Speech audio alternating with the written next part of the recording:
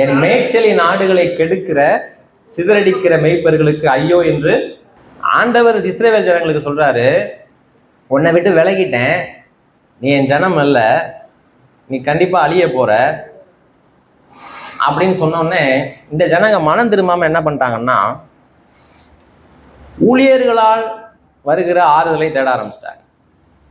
தீர்க்கதரிசிகளுடைய வார்த்தையை கேளுங்கள், அவை நீங்கள் சித்தி பெறுவீர்கள் இருக்கா? தீர்க்க தரிசனத்தை அற்பமாக எண்ணாதிருங்கள் இருக்கா? என்ன இங்க என்ன அர்த்தம்? இவர் கள்ள தீர்க்க தரிசிகளை பத்தி பேசுறாரு. கர்த்தருடைய வாக்கை அல்ல, தாங்கள் யூகித்த தரிசனத்தை சொல்லுகிறார்கள் என்று சேனைகளின் கர்த்தர். தீர்க்க தரிசனம்னா வேற ஒண்ணும் கிடையாது, கர்த்தருடைய வார்த்தை. இன்னைக்கு கர்த்தருடைய வார்த்தை தொகுக்கப்பட்டு விட்டது. இன்னைக்கு தீர்க்க தரிசனம் கிடையாது. உன் மாடு காணா போச்சு இல்ல, நாளைக்கு வீட்டுக்கு வந்துருங்கிறது தீர்க்க தரிசனம் கிடையாது. அது குறி சொல்லுவது.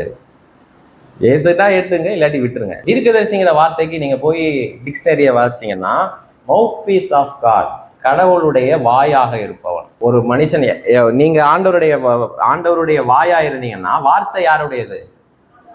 வார்த்தை ஆண்டவருடையதா இருக்கணும். அதுதான் அத்தாரிட்டி. நீங்க யாருதான்? வாய்.